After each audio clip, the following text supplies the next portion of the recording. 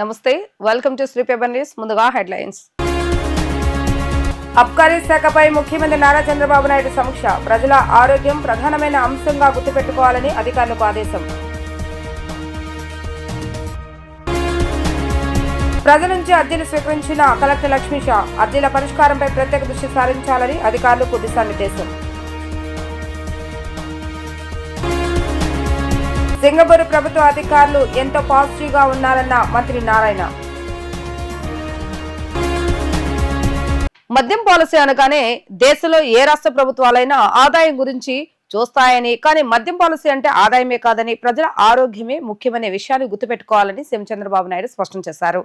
Alcohol content తక్కువ ఉన్న మద్యం ద్వారా మద్యం వినియోగదారుల ఆరోగ్యాన్ని చాలా వరకు కాపాడవచ్చని అన్నారు.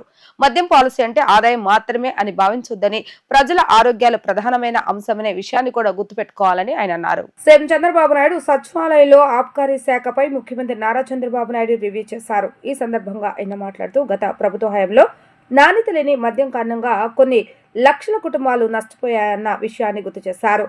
పేదల ఇల్లు ఒళ్ళు గుల్ల కాకుండా చూడాల్సిన అవసరం ఉందని సీఎం స్పష్టం చేశారు.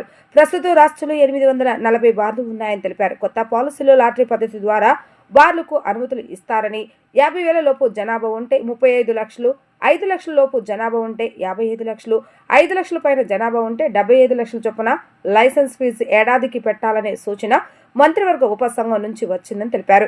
కొత్త పాలసీలో అప్లికేషన్ ఫీజు, లైసెన్స్ ఫీజు ద్వారా 700 కోట్ల ఆదాయం వస్తుందని అధికారులు అంచనా వేశారు. ప్రతి బారుకు కనీసం 4 అప్లికేషన్లు రావాలని నిబంధనను పెట్టారన్నారు. బార్ పాలసీలో కూడా గీత కులాలకు 10% బార్లు దక్కేలా చూడాలని సీఎం స్పష్టం చేశారు. లిక్కర్ షాపులో ఎలా అయితే 10% వారికి ఇచ్చారో అదేవిధంగా బార్లలో కూడా ఆ వర్గాలకు బార్లు కేటాయించాలని అన్నారు. ప్రజా సమస్యల పరిష్కార వేదిక కార్యక్రమం ద్వారా అందే అర్జీలను పారదర్శకంగా, జవాబుదారీతనంతో, నిర్దిష్టమైన స్పష్టతతో అర్జీదారుడు సంతృప్తి చెందేలాగా పరిష్కరించాలని జిల్లా కలెక్టర్ డాక్టర్ జి లక్ష్మీష అధికారులను ఆదేశించారు. పీజీఆర్ఎస్ లో నమోదు అయ్యే అర్జీల పరిష్కారంపై రాష్ట్ర ముఖ్యమంత్రి నారా చంద్రబాబు నాయుడు ప్రత్యేక దృష్టి సారిస్తున్నారని, ఈ నేపథ్యంలో క్షేత్రస్థాయిలో అధికారులు సమస్యలను పరిశీలించి నిర్ణీత కాల పరిమితిలోగా పరిష్కరించాలని కలెక్టర్ అధికారులకు ఆదేశించారు. ప్రజా సమస్యల పరిష్కార వేదిక కార్యక్రమంలో భాగంగా కలెక్టరేట్ పింగళ వెంకయ్య సమావేశ మందిరంలో జిల్లా collector doctor G Lakshmisha, joint collector S Ilakayya ప్రజల నుంచి అర్జీలు స్వీకరించారు. ఈ సందర్భంగా జిల్లా కలెక్టర్ మాట్లాడుతూ ప్రజా సమస్యల పరిష్కార వేదికలో అర్జీదారుల నుంచి స్వీకరించిన సమస్యలకు సంబంధించి అర్జీలను క్షుణ్ణంగా పరిశీలించి శాశ్వత పరిష్కారం చెప్పే విధంగా చర్యలు తీసుకోవాలని అన్నారు.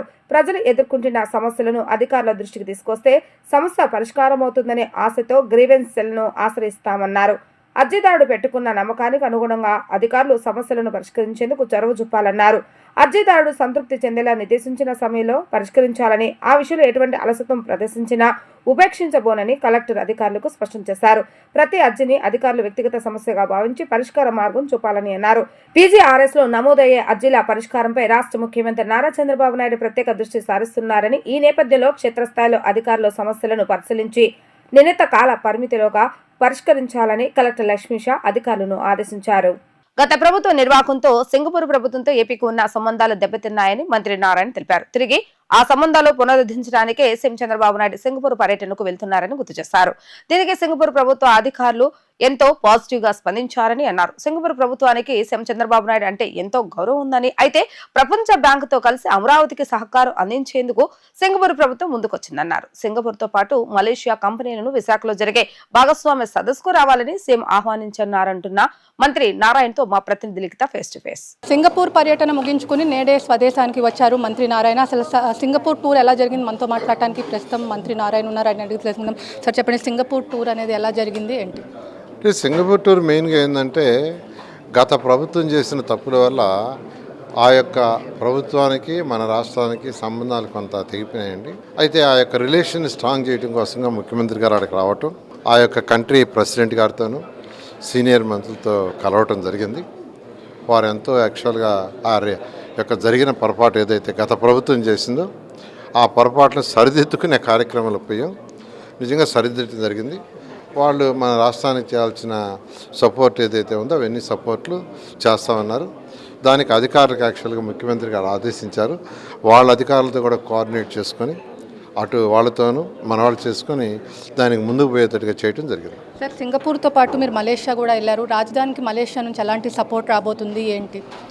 అంటే సింగపూర్లో యాక్చువల్గా ముఖ్యమంత్రి గారు ఉన్న తర్వాత మరొక 2 రోజులు ఉన్నాను. అక్కడ యాక్చువల్గా మున్సిపల్ శాఖ ఎలా చేస్తుంది, సాలిడ్ వేస్ట్, లిక్విడ్ వేస్ట్, తర్వాత హౌసింగ్, వాటి మీద కొంత స్టడీ చేశాను. అదేవిధంగా మలేషియాలో కూడా పుత్రజయ అనేది ఒక క్యాపిటల్. మలేషియా కూడా వాళ్ళు కూడా ఏంటంటే పుత్రజయ అనే క్యాపిటల్ని యాక్చువల్గా 2001లో ఎస్టాబ్లిష్ చేశారు. యాక్చువల్గా దాన్ని 2015-16లో కూడా నేను చూడటం జరిగింది. అయితే అప్పటికిప్పటికి జరిగిన ఈ 6-7 ఏళ్లలో జరిగిన డెవలప్మెంట్స్ ఏమేం చేస్తే దాని మీద పోవడం జరిగింది. అక్కడ వాళ్ళు అంటే అది క్యాపిటల్ సిటీగా డెవలప్ చేసేటప్పుడు చుట్టూ ఎకనామిక్ యాక్టివిటీ ఏదైతే మన ముఖ్యమంత్రి గారు ఈరోజు ఎయిర్పోర్టు, అదేవిధంగా ఇంటర్నేషనల్ స్పోర్ట్స్ సిటీ, అదేవిధంగా స్మార్ట్ ఇండస్ట్రీస్ అవ్వాలన్నా అక్కడ పుత్రజయ చుట్టూ వాళ్ళు ఐటీని, సైబర్ టవర్స్ అవన్నీ చేశారు. ఆ యొక్క స్టడీ చేయడం జరిగింది. ఖచ్చితంగా ఒక యొక్క క్యాపిటల్ సిటీ డెవలప్ కావాలంటే ఖచ్చితంగా సరౌండింగ్స్లో ఎకనామిక్ యాక్టివిటీస్ రావాలి. ఆ ఎకనామిక్ యాక్టివిటీస్ చూసి వచ్చాం యాక్చువల్గాను. ఖచ్చితంగా ఇక్కడ అమరావతిలో కూడా అదేవిధంగా చేయడం జరుగుతుంది. సార్, మీరు సింగపూర్ టూర్లో ఉండగా ఇటు మీరు కానీ ముఖ్యమంత్రి కానీ లోకేష్ కానీ ఉన్నప్పుడు మురళీకృష్ణ అనే వ్యక్తి మెయిల్స్ పంపించారు. దీన్ని ఎలా చూస్తారు? అంటే ఈ మెయిల్స్ అనేది 2014-19లోనే గత వైసీపీ ప్రభుత్వం అటు వరల్డ్ బ్యాంక్కి చేసింది, కేంద్ర ప్రభుత్వానికి చేసింది, సింగపూర్ గవర్నమెంట్కి చేసింది. అది వాళ్ళకు హ్యాబిట్. అంటే వాళ్ళ నేచరే డిస్ట్రక్టివ్, కన్స్ట్రక్టివ్ కాదు. కానీ మా ముఖ్యమంత్రి గారి యొక్క నేచర్ ఏంటంటే కన్స్ట్రక్టివ్. వాళ్ళ నేచరే డిస్ట్రక్టివ్ కాబట్టి ప్రజలు 11 సీట్లకు పరిమితి చేశారు. ఇలాగానే ఉంటే 0 అవుతుంది. మొత్తం మీద చూసుకున్నట్లయితే ఇటు వైసీపీ ప్రభుత్వం ఏదైతే మెయిల్స్ పంపించిందో ఒకవేళ కనుక డిస్ట్రక్టివ్ కూడా అవుతుంది. జగన్ డిస్ట్రక్టివ్, అదేవిధంగా చంద్రబాబు కన్స్ట్రక్టివ్ అని కూడా మంత్రి నారాయణ అయితే చెప్తున్నారు. ఖచ్చితంగా ఇటు సింగపూర్ టూర్ అనేది గ్రాండ్ సక్సెస్ అయిందని చెప్పి కూడా మంత్రి నారాయణ చెప్తున్నారు. అమరావతిలో ఏదైతే రాజధాని ఉందో అమరావతి రాజధానికి సింగపూర్ ప్రభుత్వం పూర్తి సహకారం అందిస్తుందని చెప్పి కూడా తను మలేషియాలో పర్యటించినప్పుడు ఏదైతే ఉందో స్పోర్ట్స్ సిటీ అన్నీ కూడా అమరావతిలో వచ్చేందుకు ప్రయత్నిస్తుందని చెప్పి కూడా ఇక్కడ మంత్రి నారాయణ చెప్తున్నారు. ఇది ఇక్కడ ఉన్న పరిస్థితి. వీడియో జర్నలిస్ట్ అఖిల్తో లిఖిత, డిజిటల్ న్యూస్, విజయవాడ. ఆగస్టు 15వ తేదీ నుంచి రాష్ట్ర మహిళలకు ఉచిత బస్ ప్రయాణం అమలు చేస్తున్నట్లుగా రాష్ట్ర రవాణా శాఖ మంత్రి మండిపల్లి రాంప్రసాద్ రెడ్డి ప్రకటించారు. కూటమి ప్రభుత్వం ఏర్పాటు అయ్యాక సూపర్ 6 పథకాలు ఒక్కొక్కటి ప్రజలకు చేరువ చేస్తున్నట్లుగా తెలిపారు. దానిలో భాగంగానే రాష్ట్రంలోని మహిళలకు అందరికీ ఫ్రీ బస్ సౌకర్యం కల్పిస్తున్నట్లుగా ఆయన చెప్పుకొచ్చారు. సచివాలయంలో ఏర్పాటు చేసిన విలేకరుల సమావేశంలో మంత్రి మండపల్లి రాంప్రసాద్ రెడ్డి మాట్లాడుతూ ఆగస్టు 15వ తారీఖున ఈ పథకం అమలుకు ప్రభుత్వం సర్వం సిద్ధంగా ఉందని తెలిపారు. జనవరి నెలలో కర్ణాటక, తమిళనాడు, తెలంగాణలో పర్యటించి అక్కడ అమలు జరుగుతున్న ఫ్రీ బస్ పథకాన్ని పరిశీలించినట్లుగా పేర్కొన్నారు. ప్రభుత్వ ఏర్పాటుకు ముందు మహిళలకు ఎన్నో స్కీములు చెప్పామని, దానిలో ఉచిత బస్సు పథకానికి మహిళలు మొగ్గు చూపారని అన్నారు. రాష్ట్రంలో ఎక్కడి నుండి ఎక్కడికైనా 0 టికెట్ విధానం అమలు చేస్తున్నట్లుగా చెప్పారు. Palle Velugu, ultra, Palle Velugu express, ultra express లో కూడా ఈ పథకం అమలులో ఉంటుందని ఆయన స్పష్టం చేశారు.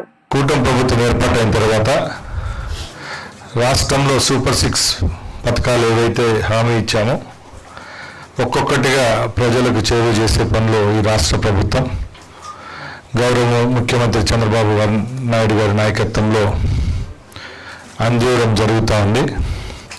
దానిలో భాగంగానే ముఖ్యంగా రాష్ట్రంలో ఉన్న మహిళా మూర్తులందరికీ ఫ్రీ బస్ సౌకర్యం కల్పిస్తామని చెప్పడం జరిగింది. అదే సూపర్ 6లో కూడా పొందుపరచడం. దానిలో భాగంగానే ముందు చెప్పిన విధంగా మా ముఖ్యమంత్రి వర్యులు ఆగస్టు 15వ తారీఖున ఒక మంచి దినం, ఆ దినాన మన రాష్ట్రంలో ప్రవేశపెట్టేదానికి సంసిద్ధంగా ఉన్నామని చెప్పి మేము ప్రకటిస్తున్నాం.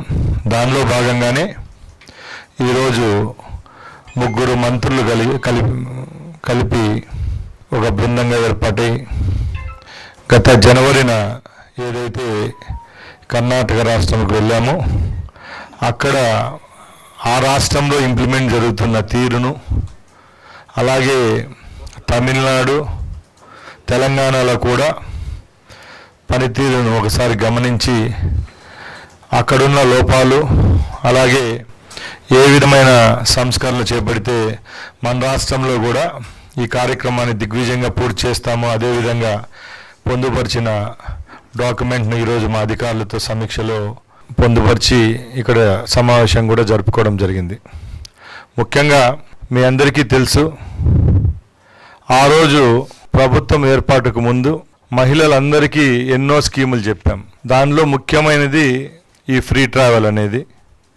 దాంట్లో లక్షలాది మంది మహిళలకు ఈ స్కీమ్ ద్వారా మంచి జరుగుతుందనే సదుద్దేశంతోనే దీన్ని ఎన్నికల హామీగా ఇవ్వడం జరిగింది. ఈరోజు ముఖ్యంగా ఈ ట్రావెల్లో ఉన్న హైలైట్ పాయింట్స్ ఏవైతే ఉన్నాయో మీ దృష్టికి తీసుకొస్తాను.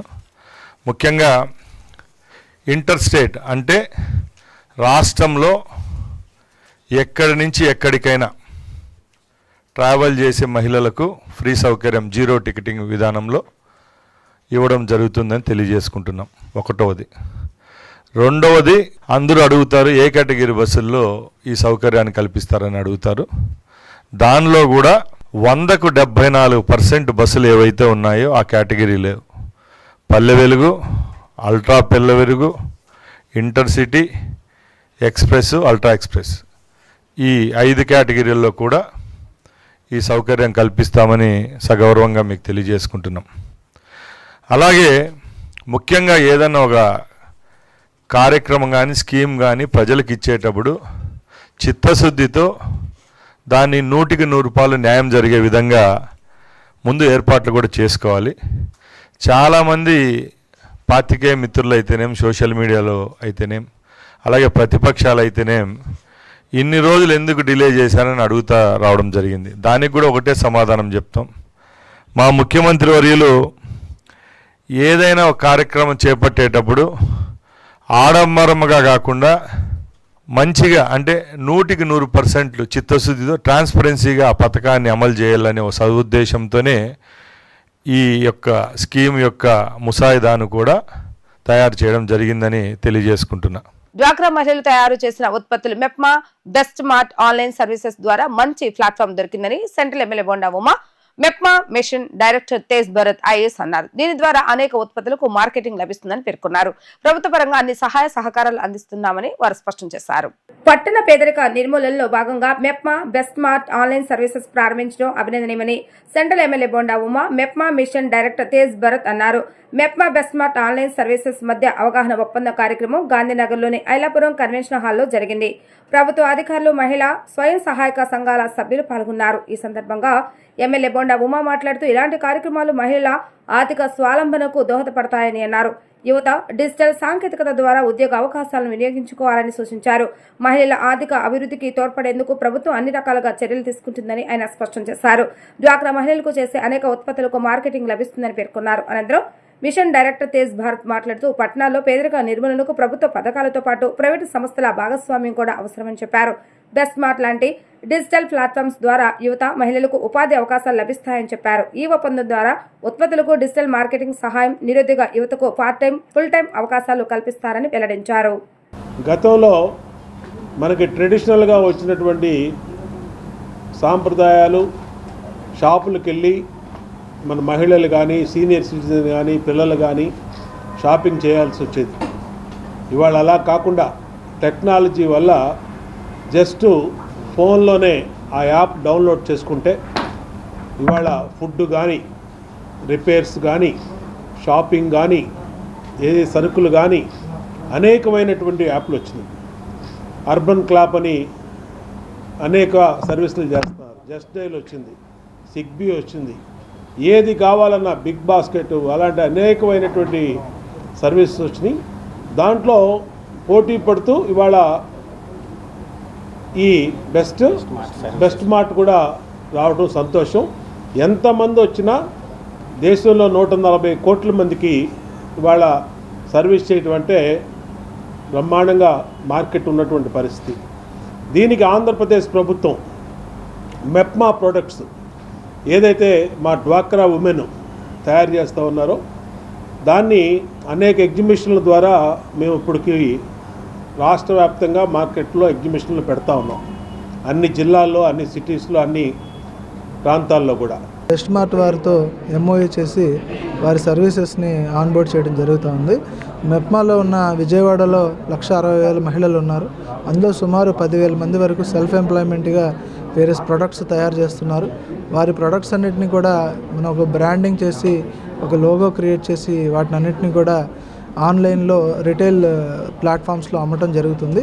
సో అందులో బెస్ట్ మార్ట్ వారు విత్ ఫ్రీ ఆఫ్ కాస్ట్గా అన్ని ప్రొడక్ట్స్ని ఆన్బోర్డ్ చేసుకోవడానికి ముందుకు వచ్చారు. సో వారితో అగ్రిమెంట్ అయ్యాము. అలాగే ఇంకా ఈజీ మార్ట్ అనేవారు, Amazon, Flipkart, my store, gem portal, ఇలా అనేకమైన పోర్టల్స్తో కూడా మనం యాక్టివిటీస్ చేస్తూ ఉన్నాము. ప్రధానంగా ఏంటంటే మా మహిళల యొక్క ఎస్హెచ్ ప్రొడక్ట్స్కి ఒక గ్లోబల్ లెవెల్ మార్కెట్ క్రియేట్ చేస్తూ వాళ్ళకి సస్టైనబుల్ ఇన్కమ్ ప్రొవైడ్ చేయడం ముఖ్య ఉద్దేశంగా ఈ యాక్టివిటీ చేస్తున్నాం. ఆంధ్రప్రదేశ్ పశుసంవర్ధక శాఖ డైరెక్టర్ పదవికి అర్హత గల అధికారులు ఉన్నప్పటికీ డైరెక్టర్ పదవి నుండి రిటైర్డ్ అయిన టి దామోదర్ నాయుడు తిరిగి అదే పదవి బాధ్యతలు అప్పచెప్పాలని చూడటం రాజ్యాంగ విరుద్ధమని animal and husbandry gazetted officer association రాష్ట్ర అధ్యక్షులు ఎస్ కృష్ణారావు అన్నారు. ఇదే పదవికి అర్హత గల అధికారులు ఉన్నప్పటికీ సీనియారిటీ నియామకాలు, ప్రమోషన్ రూల్స్ మరియు స్పష్టమైన నియామకాల ప్రక్రియ ఉన్నప్పటికీ వాటిని పాటించకపోవడం దారుణమని అన్నారు. ఈ సందర్భంగా ఆయన మాట్లాడుతూ డైరెక్టర్ పదవి రిటైర్డ్ అయిన వ్యక్తికి మరలా అదే డైరెక్టర్ పదవిని ఎలా ఇస్తారని, దీనికి ఉద్యోగస్తులంతా వ్యతిరేకిస్తున్నట్లుగా చెప్పారు. అలా చేయటం సర్వీస్ రూల్స్ కు, ఫండమెంటల్ రూల్స్ కు వ్యతిరేకమని అన్నారు. ఇలాగే కొనసాగితే సీనియారిటీ ప్రకారం ఉన్నత పదవులు పోతాయని తెలియజేశారు. అలా జరగకుండా ఉండాలని ఈ విషయంపై ఉన్నతాధికారులకు వినతిపత్ర రూపంలో తెలియజేస్తామని వారు పేర్కొన్నారు. పశుసంవర్ధక శాఖ డైరెక్టర్ గారైన శ్రీ దామోదర్ నాయుడు గారు 31/7/2025న సంపూర్ణంగా పదవి విరమణ చేయడం జరిగింది. పదవి విరమణ చేసినప్పటికీ కూడా తిరిగి మరలా అదే పదవి కోసం ప్రయత్నం చేయడం, వెనక అర్హులైన రాష్ట్ర స్థాయి అధికారులు ఉన్నప్పటికీ కూడా ఒక ప్రయత్నం చేసి రాష్ట్రంలో పశువుల శాఖలో వెటనరీ డాక్టర్ క్యాడర్ నుంచి డైరెక్టర్ క్యాడర్ వరకు ఉన్న ఒక ప్రమోషనల్ ఛానల్ని దెబ్బతీసే విధంగా ఒక ప్రొవోక్ చేసే ప్రయత్నాలు చేయడం మాకు తెలిసింది. ఈ విషయం మీద మేము గత వారం రాష్ట్ర స్థాయి ప్రిన్సిపల్ సెక్రటరీ గారికి, తర్వాత సిఎస్ గారికి, మా డిపార్ట్మెంట్లో ఉన్న అన్ని ఉద్యోగ సంఘాలు ముక్త కంఠంతో ఒక డైరెక్టర్ స్థాయి క్యాడరు రిటైర్డ్ అయిన తర్వాత తిరిగి అదే స్థాయి క్యాడర్లో అధికారిని నియమించడం వ్యతిరేకిస్తున్నామని, అవి సర్వీస్ రూల్స్కు మరియు ఫండమెంటల్ రూల్స్కు వ్యతిరేకంగా ఉన్నాయని తెలియజేస్తూ అందరికీ వినతి పత్రాలు చేయడం జరిగింది. ఇదే నేపథ్యంలో రిటైర్డ్ అయిన తర్వాత కూడా అదే పదవిలో కొనసాగితే వెనకాల ఉన్న సీనియారిటీ ప్రకారం, ప్రమోషన్ ఛానల్ ప్రకారంలో ఉన్న అధికారులు వాళ్ళు ఈ డైరెక్టర్ పదవికి చేరుకునే అవకాశాన్ని కోల్పోతారు. అదేవిధంగా కింద నుంచి పై స్థాయి వరకు కూడా ఈ ఛానల్ క్రమం దెబ్బతింటుంది. ప్రాధాన్యత క్రమం దెబ్బతినడం వల్ల అన్ని క్యాడర్లో మార్పులు వచ్చేస్తాయి. కాబట్టి ఇటువంటి ప్రయత్నాలను ప్రభుత్వం స్వాగతించకూడదని ప్రభుత్వాన్ని మేము రిక్వెస్ట్ చేస్తున్నాం. గౌరవనీయులు ముఖ్యమంత్రిగా నారా చంద్రబాబు నాయుడు గారు సుప్రపాలనలో ముందు వేస్తూ మమ్మల్ని నడిపిస్తూ అడ్మినిస్ట్రేషన్లో ఎంతో ముఖ్యమైన పాత్ర వహిస్తూ చాలా వేగంగా పశుసంవర్ధక శాఖని నడిపిస్తున్నారు. ఈ నడిపించే క్రమంలో ఇలాంటి ఒక రాంగ్ స్టెప్ని తీసుకొని మా డిపార్ట్మెంట్ని మొత్తాన్ని పక్కదారి పట్టించే ప్రక్రియలో ఏదైనా చర్యలు తీసుకుంటే, ఇలాంటి రిటైర్డ్ అయిన వ్యక్తిని మరలా తీసుకుంటే డిపార్ట్మెంట్లో ఉన్న అందరూ మనవాళ్ళు దెబ్బతినతో పాటు ఒక నియమ నిబంధనలతో కూడిన ఒక ప్రక్రియ దెబ్బతినే అవకాశం ఉంది. మరియు సహజ న్యాయ సూత్రాలకు, సామాన్య న్యాయానికి, సమానత్వ సూత్రాలకు రాజ్యాంగంలోని ఆర్టికల్ 14 మరియు 16కు విరుద్ధంగా ఇటువంటి ప్రయత్నాలు చేయడం మరియు వారికి సహకరించడం కూడా చాలా అన్యాయమైన ప్రక్రియగా మేము భావిస్తున్నాం. ఇటువంటి ప్రాక్టీస్ని ఎవరూ చేయలేదు, ఏ డిపార్ట్మెంట్లో కూడా చేయలేదు. గత ప్రభుత్వంలో చేసి ఉన్నా కూడా వాటిని విత్డ్రా చేయడం జరిగింది ఈ ప్రభుత్వం. అటువంటి చర్యలు మరలా ఒక పునఃప్రారంభం చేయడం, దానికి ప్రయత్నం చేసే విధానాలు చేయడం కూడా హర్షించదగినవి కాదు. నిబద్ధత గల రాజకీయ నాయకుడు మండలి వెంకట కృష్ణారావు అని కాంగ్రెస్ పార్టీ నగర అధ్యక్షులు నరహశెట్టి నరసింహారావు అన్నారు. సాంఘిక సంక్షేమ శాఖ, విద్యాశాఖ, సహకార శాఖల మంత్రిగా పనిచేసి అనేక సంస్కరణలు తీసుకువచ్చారని అన్నారు. గాంధేయవాది మాజీ మంత్రి మండలి వెంకట కృష్ణారావు జయంతి వేడుకలు విజయవాడ గవర్నర్పేటలోని ఆంధ్రరత్న భవన్లో నిర్వహించారు. ఈ సందర్భంగా నగర కాంగ్రెస్ పార్టీ అధ్యక్షుడు నరహశెట్టి నరసింహారావు ఇతర కాంగ్రెస్ నాయకులతో కలిసి ఆయన చిత్రపటానికి పూలమాల వేసి నివాళులర్పించారు. ఈ సందర్భంగా ఆయన మాట్లాడుతూ ఆయన 1926 ఆగస్టు 4వ తేదీన జన్మించారని, 1972లో అవనిగడ్డ శాసనసభ నియోజకవర్గం నుంచి ఏకగ్రీవంగా ఎమ్మెల్యేగా ఎన్నికయ్యారని చెప్పారు. సాంఘిక సంక్షేమ శాఖ, విద్యాశాఖ, సహకార శాఖల మంత్రిగా పనిచేశారన్నారు. మండలి వెంకట కృష్ణారావు గారు నిజాయితీ, నిస్వార్థ సేవకు ప్రతీకగా నిలిచారని అన్నారు. గాంధేయ సిద్ధాంతాలకు నిబద్ధుడై పనిచేసిన నేతగా ఆయన గుర్తించబడ్డారని తెలిపారు. ప్రముఖ స్వాతంత్ర సమరయోధులు, నిస్వార్థ ప్రజాసేవకులు, ప్రపంచ తెలుగు మహాసభల రూపకల్పన శిల్పి, ఆంధ్రప్రదేశ్ స్వచ్ఛంద సేవా సంస్థలు మరియు సంఘ సేవకుల రాష్ట్ర శాఖ అధ్యక్షులుగా భూదానం బోర్డు నాయకులుగా పనిచేసినటువంటి మండల వెంకటకృష్ణారావు గారు అతి చిన్న వయసులోనే భారత పార్లమెంటుకి ఆయన 1957లో తొలిసారిగా చలపల్లి రాజా గారి మీద విజయం సాధించి పార్లమెంట్కి వెళ్ళడం జరిగింది. తరిమిలా 1972లో రాష్ట్ర శాసనసభకి ఏకగ్రీవంగా ఎన్నికైనటువంటి గొప్ప మహానాయకుడి కృష్ణా జిల్లాలో మండల వెంకటకృష్ణారావు గురించి లేదు. మొట్టమొదటి పివి నరసింహారావు క్యాబినెట్లో పివి నరసింహారావు మీకు ఏ శాఖ కావాలని అడిగితే సాంఘిక సంక్షేమ శాఖ ఉండే నేను సేవ చేసుకోవటం బాగుంటుంది అన్నటువంటి నిజమైన నీతిజ్ఞత పరిపాలనా దక్షుడు మండల వెంకటకృష్ణారావు గారు. తర్వాత ఆయన 1972లో జలగ వెంకటరావు గారి క్యాబినెట్లో కూడా విద్యాశాఖ సాంస్కృతిక వ్యవహారాల శాఖ మంత్రిగా పనిచేసినటువంటి మహనీయుడు. తర్వాత కోట్ల విజయభాస్కర్ రెడ్డి గారి క్యాబినెట్లో రాష్ట్ర సహకార శాఖ మంత్రిగా కేవీఐసిసి మెంబర్గా ఎన్నో కార్యక్రమాలు చేసినటువంటి మహనీయుడు. 1977లో వచ్చి దివిసేమ మొత్తం కూడా కొట్టుకుపోతే మళ్ళీ తిరిగి 6 నెలల సంవత్సరానికే దానిని దివిసేమగా మార్చినటువంటి మహనీయుడు. ఒక నీతికి నిజాయితీకి మారుపేరుగా పనిచేసినటువంటి గాంధీవాది. తన మంత్రిగా ఉండి కూడా హైదరాబాద్ అవనగడ్డ బస్సులో ప్రయాణం చేసినటువంటి పరిపాలనా దక్షుడు. దాన్ని దండలేసుకొని అనేటటువంటిది ఒక మాట చెప్పి చివరికి చనిపోయే వరకు కూడా ఏనాడు కూడా ఆయన గార్లెండ్ వేసుకున్నటువంటి దాఖలాలు లేనటువంటి వ్యక్తి. గాంధీ వాదం అంటే చెప్పటానికి వాదం కాదు, అది ఆచరణలో చూపించి ప్రజలకు సద్మార్గంలో పెట్టినటువంటి మహానాయకుడు మండలి వెంకటకృష్ణారావు గారు. వారి యొక్క శతజయంతో ప్రారంభమవుతున్న వాడి నుంచి ఈ సంవత్సరం పొడుగుతా కూడా కాంగ్రెస్ పార్టీ ఆధ్వర్యంలో మేము ఆ కార్యక్రమాలు తూచా తప్పకుండా అమలు చేస్తారు కూడా మీ అందరికీ సహాయంగా మనం చేసుకుంటూ భారత కమ్యూనిస్ట్ పార్టీ ఎన్టీఆర్ జిల్లా ద్వితీయ మహాసభలు జగ్గయ్యపేటలో విజయవంతంగా నిర్వహించుకోవడం జరిగిందని, రెండోసారి సిపిఐ ఎన్టీఆర్ జిల్లా కార్యదర్శిగా ఏకగ్రీవంగా తనను ఎన్నుకోవడం జరిగిందని దోనేపూడి శంకర్ తెలిపారు. 2 రోజుల పాటు జరిగిన జిల్లా మహాసభలో జిల్లాలో ప్రధానమైన సమస్యలను ఆయుధాలుగా చేసుకుని ప్రజల పక్షాన సిపిఐ రాజీలేని పోరాటానికి అనేక తీర్మానాలను ప్రవేశపెట్టి ఆమోదించడం జరిగిందని పేర్కొన్నారు. దాసరిపల్లిలో ఏర్పాటు చేసిన విలేకరుల సమావేశంలో శంకర్ మాట్లాడుతూ బుడమేరు ముంపునకు శాశ్వత పరిష్కారంగా ప్రభుత్వం వెంటనే నిధులు విడుదల చేసి ఆపరేషన్ బుడమేరును తక్షణమే అమలు చేయాలని డిమాండ్ చేశారు. ఆగస్టు 1, 2 తేదీలలో జగ్గయ్యపేటలో అత్యంత ఉత్సాహపూరితమైన వాతావరణంలో విజయవంతంగా ముగిసినాయి. 46 సంవత్సరాల తరువాత జగ్గయ్యపేట పట్టణంలో అరుణ పతాకాల రెపరెపలతో జగ్గయ్యపేట అరుణావర్ణమైనటువంటి పరిస్థితిని పాత్రికేయముఖంగా ప్రజల దృష్టికి తీసుకొస్తున్నాం. కార్యదర్శి నివేదిక, చర్చలు అనంతరం 65 మందితో నూతన కౌన్సిల్ ప్రతిపాదన, 17 మంది కార్యవర్గం, 7గురితో కార్యదర్శి వర్గం, సెక్రటరీగా దోనేపూడి శంకర్ ఎన్నిక, 5182 సభ్యత్వ ప్రాతిపదికగా 250 మంది డెలిగేట్స్, సౌహార్ద ప్రతినిధులు, ఆహ్వానితులు అందరూ కూడా పెద్ద ఎత్తున హాజరై సూర్యదేవర నాగేశ్వరరావు గారి సభా ప్రాంగణంలో అమరదేవి కామ్రేడ్ లంకా గోవిందరాజులు ప్రతినిధుల వేదికలో విజయవంతంగా సభలు ముగిసినటువంటి సందర్భాన్ని ఈ సందర్భంగా గుర్తు చేస్తున్నాం.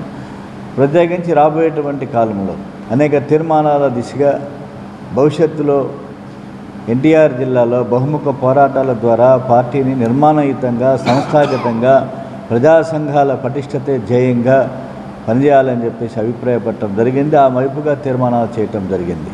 ప్రజా ఉద్యమాల్లో అగ్రభాగాన నిలబడి ఇప్పటికే వాళ్ళ ఎన్టీఆర్ జిల్లాలో సిపిఐ అధికార ప్రతిపక్ష పార్టీల కంటే కూడా ఒక ప్రధాన పార్టీగా, కమ్యూనిస్ట్ పార్టీగా అన్ని సమస్యలపైన ఉద్యమించినటువంటి పార్టీ ఏదైనా ఉన్నది అంటే అది ఎన్టీఆర్ జిల్లాలో సిపిఐ మాత్రమే అని చెప్పి మేము సగర్వంగా చెబుతున్నాం. ఇవాళ ఆపరేషన్ బుడమేరును అమలు చేయమని చెప్పేసి ప్రధానమైనటువంటి డిమాండ్ తోటి రాబోయేటువంటి కాలంలో భవిష్యత్తులో పోరాటానికి సంసిద్ధులవుతున్నాం.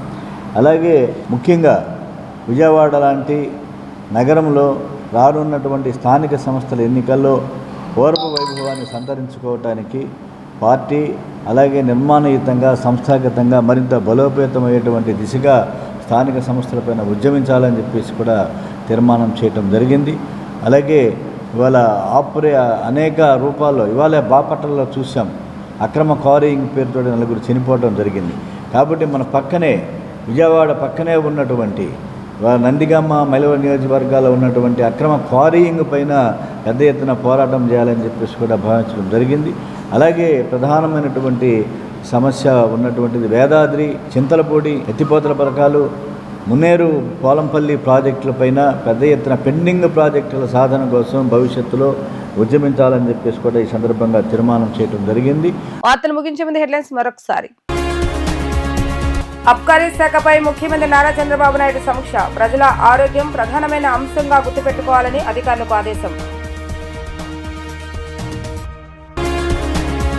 ప్రజల నుంచి అర్జీలు స్వీకరించిన కలెక్టర్ లక్ష్మీషా. అర్జీల పరిష్కారంపై ప్రత్యేక దృష్టి సారించాలని అధికారులకు దిశానిర్దేశం. సింగపూర్ ప్రభుత్వ అధికారులు ఎంతో పాజిటివ్ గా ఉన్నారన్న మంత్రి నారాయణ. ఇవి ఈ రోజు వార్తా విశేషాలు. మరలా తిరిగి ప్రసారమైన వార్తలు మళ్ళీ కలుద్దాం. అంతవరకు సెలవు. నమస్కారం.